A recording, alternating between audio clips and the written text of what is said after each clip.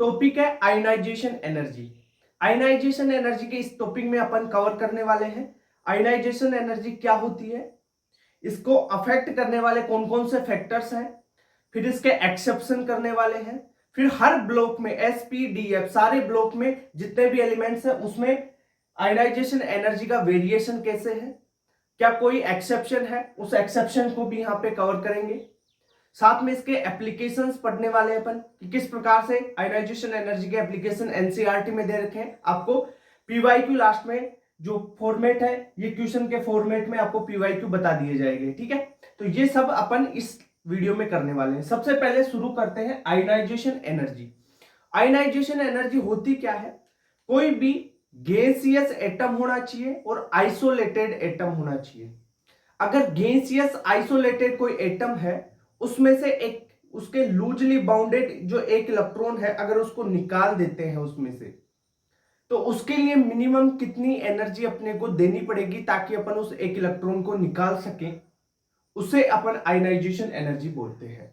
यानी कहने का मतलब यह है कि minimum required energy to remove most loosely bounded electron from gaseous isolated atom. Question यही से बन सकता है कि गैसियस आइसोलेटेड एटम होना चाहिए। मानो कोई एटम है X, ये आइसोलेटेड है, X2 नहीं होना चाहिए। देखो X2 नहीं है, ये X है, ये गैसियस होना चाहिए। इसमें से अगर आपने एक इलेक्ट्रॉन को रिमूव किया, इलेक्ट्रॉन निकाला, तो ये क्या बन जाएगा X प्लस गैसियस एटम। और जो एनर्जी निकलेगी, एनर्जी निकलेगी नहीं, एनर्जी अपन को देनी पड़ेगी जनरली, तो उसे बोलेंगे अपन आयनाइजेशन एनर्जी, ठीक है। इस इलेक्ट्रॉन को यहां से निकालने के लिए जो एनर्जी देनी पड़ी उसे आयनाइजेशन एनर्जी कहते हैं। समझ में आए? एक गैसियस और आइसोलेटेड एटम में से एक इलेक्ट्रॉन निकालने के लिए अपने को जितनी एनर्जी देनी पड़ती है उस एनर्जी को आयनाइजेशन एनर्जी कहते हैं, ठीक है। एक कॉन्सेप्ट बन गया, ठीक है। क्वेश्चन बनेगा तो या तो गैसियस आइसोलेटेड एटम पे बन सकता है यहां पे, ठीक है। नेक्स्ट आपको ध्यान रखना है, अगर एलिमेंट न्यूट्रल है या केटाइन है, न्यूट्रल और केटाइन के लिए ऑलवेज पॉजिटिव होगी क्या, ionisation energy. Ionisation energy neutral और केटाइन के लिए हमेशा पॉजिटिव होती है। अब देखो एक चीज समझो, मान लो कोई भी एटम है M, उसमें से एक इलेक्ट्रॉन निकाल दिया मैंने और M प्लस बना दिया, तो इसे बोलेंगे आयनाइजेशन एनर्जी फर्स्ट, क्योंकि पहले एक एटम निकाला। अब मैं M प्लस में से एक इलेक्ट्रॉन और निकाल देता हूं, -1 इलेक्ट्रॉन किया अपन ने पहले। अब इसमें से भी एक इलेक्ट्रॉन और निकाल देता हूं M प्लस में से, M प्लस में एक इलेक्ट्रॉन निकाला तो इसे बोलेंगे M2 प्लस, ठीक है। और ये हो जाएगा आयनाइजेशन एनर्जी 2। वैसे ही M2 प्लस में से एक इलेक्ट्रॉन और निकाल दो, -1 इलेक्ट्रॉन, तो ये आयनाइजेशन एनर्जी 3 हो जाएगा और M3 प्लस बन जाएगा। यानी कहने का मतलब यह है कि ये सक्सेसिव आयनाइजेशन एनर्जी बन रही है, यानी एक के बाद एक इलेक्ट्रॉन अपन ने निकाला। अब अपन बोले कि M प्लस के लिए आयनाइजेशन एनर्जी IE1 होगी, ठीक है। अगर बात करें M की, इस M की सेकेंड IE तो ये होगी IE2, और इस M प्लस के लिए तो IE2 क्या है, फर्स्ट आयनाइजेशन एनर्जी है, बट इस M की सेकेंड आयनाइजेशन एनर्जी है। समझ रहे हो बात भाई, इस M के लिए तो सेकेंड स्टेप में गया और इस M के लिए तो ये फर्स्ट स्टेप में M प्लस के लिए। ओके, बात समझ में? यानी सक्सेसिव आयनाइजेशन एनर्जी क्या होगी, पहले IE1 फिर IE2 और फिर IE3 हो गया। जैसे जैसे सक्सेसिव आयनाइजेशन एनर्जी बढ़ती जाती है, चलती जाती है, बढ़ती जाती है, यानी फर्स्ट आयनाइजेशन एनर्जी कम होगी, उससे ज्यादा होगी आयनाइजेशन एनर्जी 2 और फिर उससे ज्यादा होगी आयनाइजेशन एनर्जी 3। क्यों? क्योंकि न्यूक्लियस है, अपन क्या कर रहे हैं, ये न्यूक्लियस है, इसके पास में जो इलेक्ट्रॉन है भाई उस इलेक्ट्रॉन को ही तो निकाल रहे हैं। जैसे आप इस इलेक्ट्रॉन को निकाल लोगे, अब क्या करो, सेकेंड आयनाइजेशन एनर्जी में तो पहले तो आउटर मोस्ट का निकल गया, फिर ये इलेक्ट्रॉन बचे, तो ये न्यूक्लियस के ज्यादा पास में अट्रैक्शन ज्यादा है, तो इसको निकालने के लिए ज्यादा एनर्जी देनी पड़ेगी, इसलिए सक्सेसिव आयनाइजेशन एनर्जी हमेशा बढ़ती है, ठीक है। ये इसके कुछ एक्सेप्शन भी है, जैसे कॉपर और जिंक की सक्सेसिव आयनाइजेशन एनर्जी 2 IE2 वो घट जाएगी। वो सारी चीज वो कॉन्फ़िगरेशन पे और पेनिट्रेशन पावर वाले जो एक्सेप्शन है वो सारे बता दूंगा मैं। पहले ये चीज कंप्लीट हुई। अब बात करते हैं कौन कौन से फैक्टर्स हैं जो आयनाइजेशन एनर्जी को अफेक्ट करते हैं। पहला साइज, एटम की साइज जितनी बड़ी होगी आयनाइजेशन एनर्जी उतनी ही कम होगी। क्यों? देखो अगर साइज है, कोई एटम ये है, यहाँ पे इलेक्ट्रॉन है, एक साइज ये है, दूसरी साइज ये इलेक्ट्रॉन और फिर ये इलेक्ट्रॉन, तो क्या सेकंड वाले की साइज बड़ी है तो इसके ये जो इलेक्ट्रॉन है ना इस न्यूक्लियस से कम अट्रैक्शन में होंगे, यानी इनको निकालने के लिए इसको कम एनर्जी देनी पड़ेगी। भाई कम एनर्जी में निकल जाएंगे क्योंकि न्यूक्लियस इस पे इस इलेक्ट्रॉन पे उतना जितना इस पे अट्रैक्शन लगा रहा है उतना इस इलेक्ट्रॉन पे अट्रैक्शन नहीं लगा रहा है। ये समझ में आई क्या बात आपको? ठीक है, तो आयनाइजेशन एनर्जी इनवर्सली प्रोपोर्शनल होगी साइज के, साइज बढ़ेगी आयनाइजेशन एनर्जी घटेगी, ये बात ध्यान रखना। दूसरी बात जेड इफेक्टिव, जितना ज्यादा जेड इफेक्टिव होगा, जेड इफेक्टिव क्या होता है? अट्रैक्शन, न्यूक्लियस का इलेक्ट्रॉन्स के प्रति अट्रैक्शन होगा, जितना ज्यादा अट्रैक्शन होगा तो उसको तोड़ने के लिए, इलेक्ट्रॉन को बाहर निकालने के लिए एनर्जी ज्यादा देनी पड़ेगी। तो सीधी सी बात है आयनाइजेशन एनर्जी जेड इफेक्ट के सीधे प्रोपोर्शनल होगी। सारे एग्जांपल करवाऊंगा इनका, कोई टेंशन नहीं लेना है। ब्लॉक में सारे एलिमेंट पूरी पीरियोडिक टेबल की आयनाइजेशन एनर्जी बता दूंगा तुम्हें, एसपीडीएफ सारे ब्लॉक की। ठीक है, फिर आता है स्टेबल कॉन्फ़िगरेशन पे कैसे डिपेंड करती है। अगर आपको फुल फील्ड कॉन्फ़िगरेशन मिल जाए, फुल फील्ड मिल जाए या हाफ फील्ड मिल जाए तो उनकी आयनाइजेशन एनर्जी है ना वो बढ़ जाती है, आयनाइजेशन एनर्जी ज्यादा हो जाती है। जैसे नाइट्रोजन और ऑक्सीजन है, नाइट्रोजन तो P3 होता है और ऑक्सीजन क्या होता है? P4 होता है ना। अरे नाइट्रोजन 7 नंबर पे आता है तो 1s2 2s2 2p3, यानी P3 कॉन्फ़िगरेशन है ना इसका, और इसका P4 है। लिखना नहीं आता कॉन्फ़िगरेशन, चल नेक्स्ट वीडियो में बता दूंगा मैं कॉन्फ़िगरेशन लिखना भी, एक अलग वीडियो बना लेंगे। वैसे देखो लिखना सिखा दूं, 7 नंबर पे है नाइट्रोजन तो 1s2 2s2 और 2p3 223, यानी लास्ट में क्या है? P3, तो ये क्या है? P3 कॉन्फ़िगरेशन है, बस इतना ध्यान रख ले। अब देख P3 फुल जो हाफ P3 है नाइट्रोजन के लिए और ऑक्सीजन के लिए P4 है। हाफ फील्ड कौन सा है? P3। P4 तो हाफ फील्ड नहीं है ना, P में 6 इलेक्ट्रॉन आ सकते हैं तो half field P3 half field है ना, तो इसकी आयनाइजेशन एनर्जी ज्यादा हो जाएगी। और फास्फोरस में, फास्फोरस भी P3 होता है और सल्फर होता है P4, तो P3 की ज्यादा होगी। ये बात हो गई स्टेबल कॉन्फ़िगरेशन की, हाफ फील्ड वाला। और फुल फील्ड वाले की भी ऐसे ही कर सकते हैं, पर फुल फील्ड है यहाँ पे P6 होता तो उसकी ज्यादा होती। ओके, अब बात करें पेनिट्रेशन पावर की। पेनिट्रेशन पावर सबसे ज्यादा होती है S की, फिर P की, फिर D की, फिर F की। यानी देखो अगर ये न्यूक्लियस है, न्यूक्लियस के पास वाली सेल S, फिर सब सेल बोल रहा हूं, ठीक है, S P, फिर उसके बाद में D और फिर F, यानी न्यूक्लियस के जितना पास में होगा उसका अट्रैक्शन उतना ही ज्यादा होगा। समझ रहे हो बात? अट्रैक्शन ज्यादा तो उसकी क्या होगी? पेनिट्रेशन पावर भी उतनी ही ज्यादा होगी। अगर पेनिट्रेशन पावर ज्यादा है तो क्या होगा? उसको निकालने के लिए आयनाइजेशन एनर्जी अपने को ज्यादा देनी पड़ेगी। ये बात समझ में आई क्या? अब देखो कैसे समझें इसको। जैसे बेरिलियम और बोरोन का एग्जांपल ले रखा है अपन ने। बेरिलियम का कॉन्फ़िगरेशन 2s2 है, यानी 1s2 2s2, ठीक है, 1s2 2s2 4 नंबर पे है ना, 1s2 2s2। और बोरोन का 2s2 2p1, यहां पे p1 है और यहां s2 है। अब आप मेरे को बताओ पेनिट्रेशन किसकी ज्यादा होती है? S की ज्यादा होती है ना, S की पेनिट्रेशन ज्यादा होती है। यहाँ पे S है और यहाँ पे फाइनल में P है, तो इसकी आयनाइजेशन एनर्जी ज्यादा हो जाएगी। समझ गए? वैसे ही मैग्नीशियम और एल्यूमिनियम की बात करें तो मैग्नीशियम क्या हो जाएगा? मैग्नीशियम S2 में जाएगा 3s2 और ये 3p1 में चला जाएगा, तो मैग्नीशियम की ज्यादा हो जाएगी आयनाइजेशन एनर्जी। ओके, ये चीज देखो क्वेश्चन आपका आएगा तो कंफर्म है यहां से ही आएगा। ये 2 पॉइंट, ये तो साइज वाला है तो जनरल पॉइंट सबको पता होते हैं, ये इंपॉर्टेंट पॉइंट है। ये 2 एग्जांपल और ये दोनों एग्जांपल, इनको एक बार और बता दूंगा मैं सारी चीजें साइज को एक साथ सारे वेरिएशन करके। अब देखो आप पढ़ते हो hydrogen, helium, lithium, beryllium, boron, carbon, nitrogen, oxygen, fluorine, यानी लेफ्ट टू राइट जा रहे हैं। क्या? लेफ्ट टू राइट जा रहे हैं, तो इनकी जो साइज है वो घट रही है ना। साइज घटेगी तो आयनाइजेशन एनर्जी बढ़ेगी। ठीक है सर, इनकी आयनाइजेशन एनर्जी ऐसे जाने पर बढ़नी चाहिए। पर देखो यहाँ पे वही स्टेबल कॉन्फ़िगरेशन और पेनिट्रेशन पावर वाला खेल चल जाएगा। तो देखो स्टेबल कॉन्फ़िगरेशन तो देखो P3 वाला है एक तो यहाँ पे, है कि नहीं, और यहाँ पे 2s2 पर 2s2 और 2p1 में तो क्या लग जाएगा पेनिट्रेशन पावर, और P3 P4 में क्या लग जाएगा, यहां पे तो आपका जो नाइट्रोजन और ऑक्सीजन है यहां पे कारण क्या लगेगा, देखो P3 P4 तो यानी हाफ फील्ड, एनसीईआरटी में दे रखा है, ध्यान रखना क्वेश्चन आ सकता है यहां से, एनसीईआरटी में बाकायदा लाइन दे रखी है। और 2s2 2p1 यानी बेरिलियम और बोरोन में क्या पेनिट्रेशन पावर लगेगा,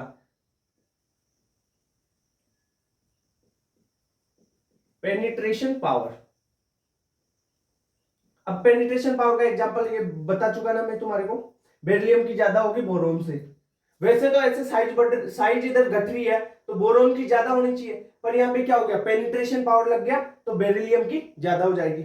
ऐसे भी याद नहीं रहता आपको पेनिट्रेशन पावर और ये, तो आपको एक चीज याद रख लेनी है, आप इस कॉन्फ़िगरेशन से याद कर लो।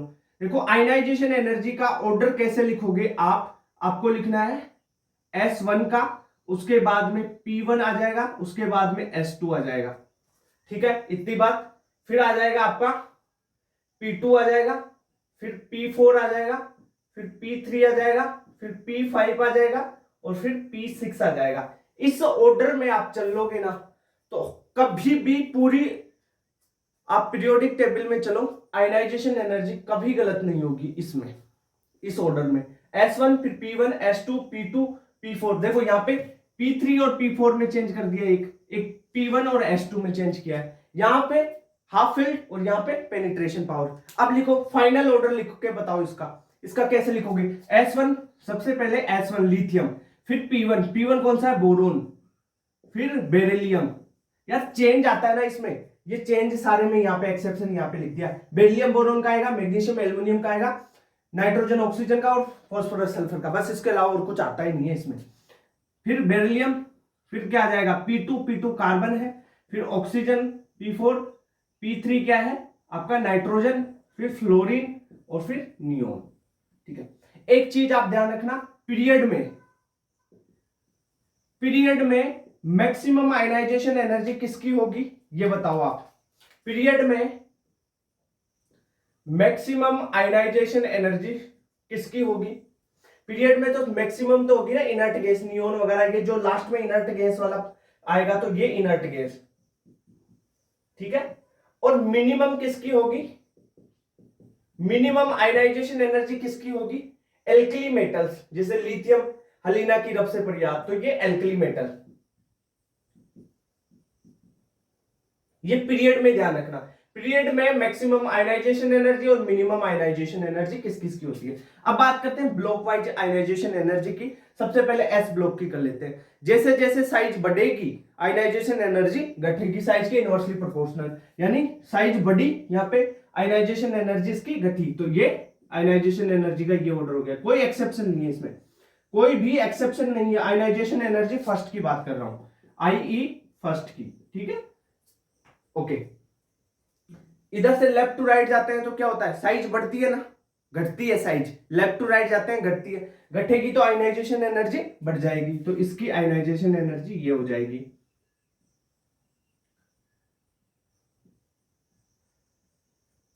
मतलब क्या हुआ, देख लिथियम की कम है बेरिलियम से, ठीक है, मैग्नीशियम की ज्यादा हो गई सोडियम से, कैल्शियम की ज्यादा हो गई पोटेशियम से, स्ट्रोंशियम की रुबिडियम से ज्यादा होगी, ठीक है, ये चीज होगी।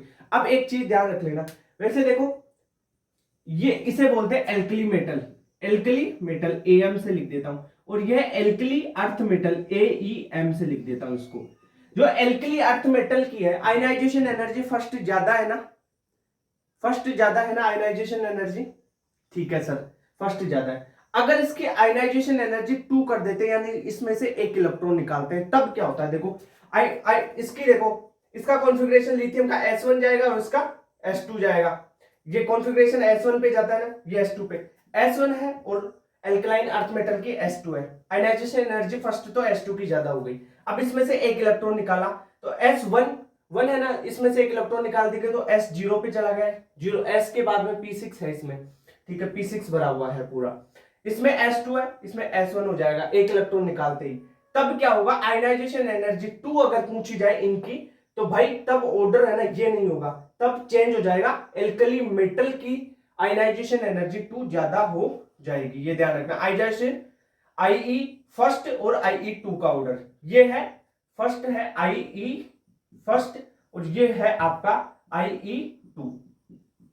IE 2 एल्कली मेटल का ज्यादा होता है और IE first alkali earth metal का ज्यादा होता है, इसे एल्कली अर्थ मेटल बोलते हैं, इसे एल्कली मेटल बोलते हैं। ये हुई बात भाई, देख बहुत स्पीड में बता रहा हूं, सारी चीजें कंसाइज करके बता रहा हूं, ठीक है, समझ में नहीं है एक बार रिपीट कर लेना चीजों को, ठीक है। ये हो गया एस ब्लॉक की। अब डी एफ और ये ब्लॉक की अपन देखते हैं PDF की, इनको करो फिर एप्लीकेशन देखेंगे, स्क्रीनशॉट ले लो। अब आते हैं P ब्लॉक और D ब्लॉक पे। इंपोर्टेंट क्या है वो समझो। देखो एक सबसे पहले एक वेरिएशन बताया था मैंने साइज का, कि जो आयनाइजेशन एनर्जी है ना वो इनवर्सली प्रोपोर्शनल होती है साइज के। ये सारी चीजें चल जाएगी आपकी। ये तो 13 ग्रुप है, ये 14th ग्रुप है, ठीक है। इसके अलावा 15th ग्रुप में ये लगाना है, 16th 17th और 18th ग्रुप में ये काम हो जाएगा आपका, कि साइज जैसे जैसे बढ़ेगी आयनाइजेशन एनर्जी घट जाएगी। पर एक्सेप्शन कहां पे आते हैं, एक्सेप्शन आएगा इस 14th ग्रुप में और इस 13th ग्रुप में, ठीक है।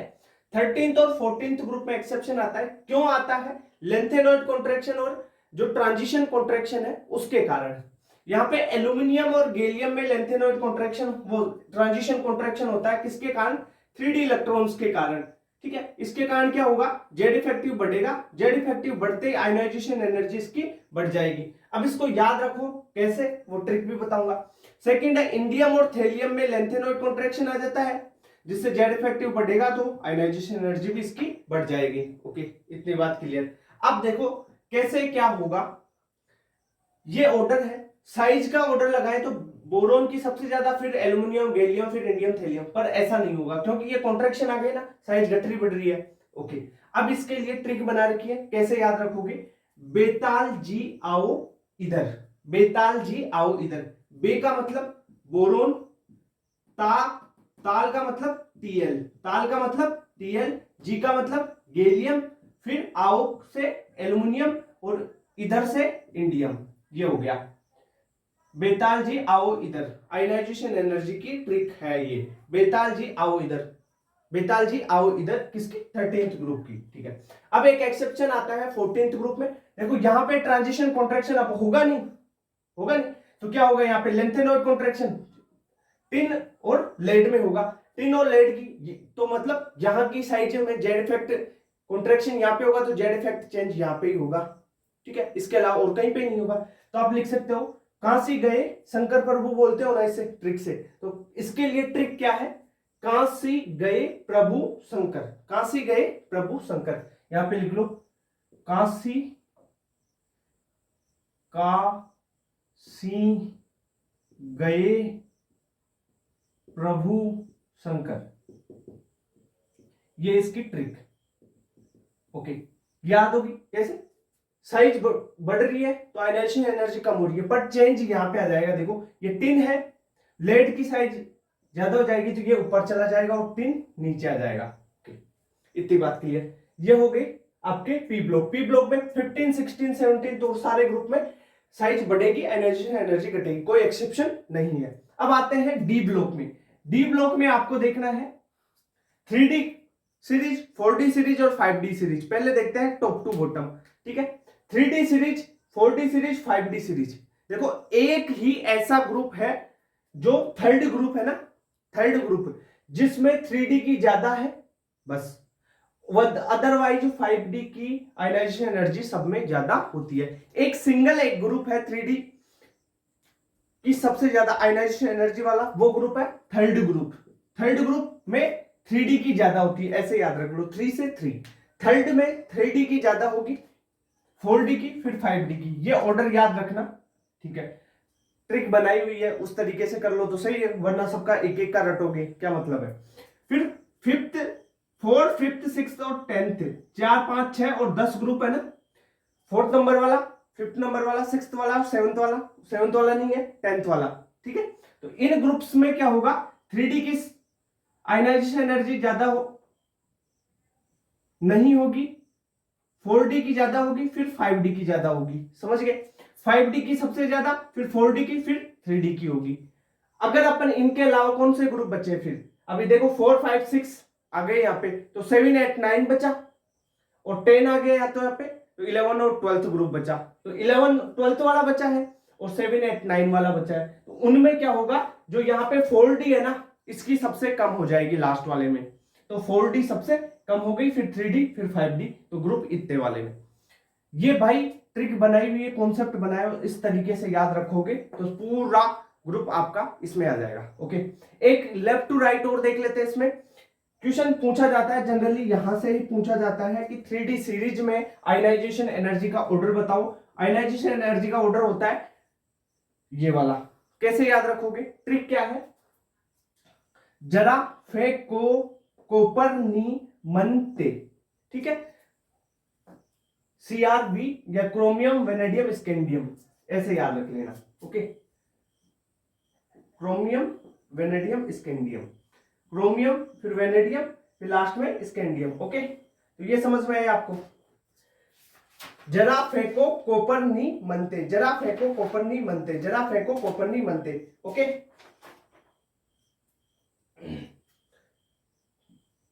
ऑर्डर नहीं लगाएंगे, देखो ट्रिक याद रख लेना, जरा फेंको कोपर नी, जरा फेंको कोपर नी NiMn मन दे, ठीक है, क्रोमियम वेनेडियम स्कैंडियम, ये चीज हो गई।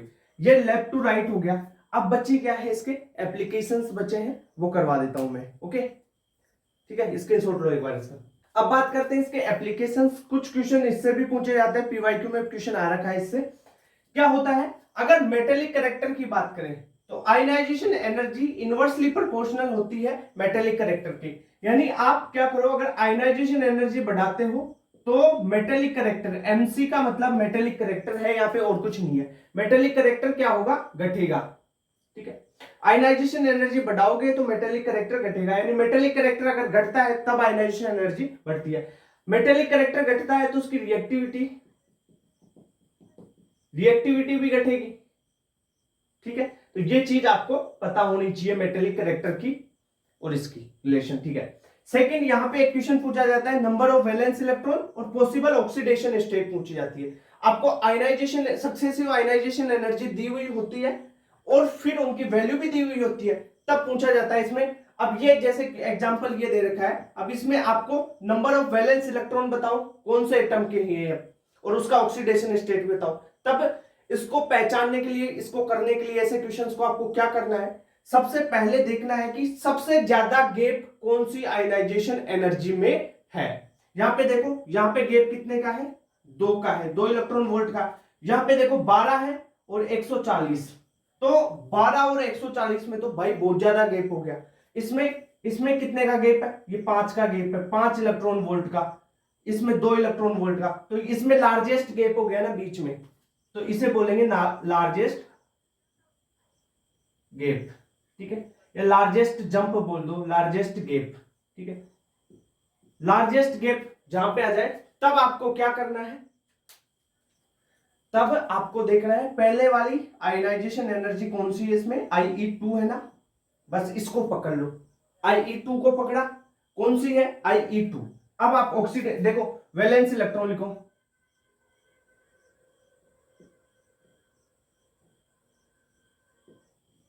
वैलेंस इलेक्ट्रॉन लिखो। वैलेंस इलेक्ट्रॉन आपने पकड़ लिया IE2, यानी लार्जेस्ट जंप IE2 के बाद में ना, आयनाइजेशन एनर्जी 2 के बाद में, तो इसका वैलेंस इलेक्ट्रॉन तो इसमें हो गए 2, IE2 है तो 2 लिख दो। ऑक्सीडेशन स्टेट, ऑक्सीडेशन स्टेट भी इसकी 2 हो जाएगी, ठीक है।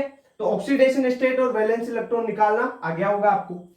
लार्जेस्ट जंप आ जाए ना, जहां पे लार्जेस्ट गैप आ जाए तो उस वाली को पकड़ लो, यहां पे बाद वाली को नहीं पकड़ना है। इसमें पहले जो पहले है IE2 है 12 इलेक्ट्रॉन वोल्ट, इससे जंप करके 140 पे गया है, तब ये IE2 है, तो यही इसका वैलेंस इलेक्ट्रॉन होंगे। ओके, ठीक है, क्योंकि यहां पे स्टेबल हो रहा है, इससे इलेक्ट्रॉन निकालने के लिए फिर ज्यादा एनर्जी देनी पड़ेगी, इसलिए अपन ये फंडा बनाते हैं। कॉन्सेप्ट तो ये है इसका, क्या कॉन्सेप्ट क्या है भाई, यहां पे स्टेबल हो रहा है IE2 पे, Ie2 पे स्टेबल है तो इसके इलेक्ट्रॉन को निकालने के लिए ज्यादा एनर्जी देनी पड़ेगी, मतलब 2 इलेक्ट्रॉन इसकी वैलेंसी होगी।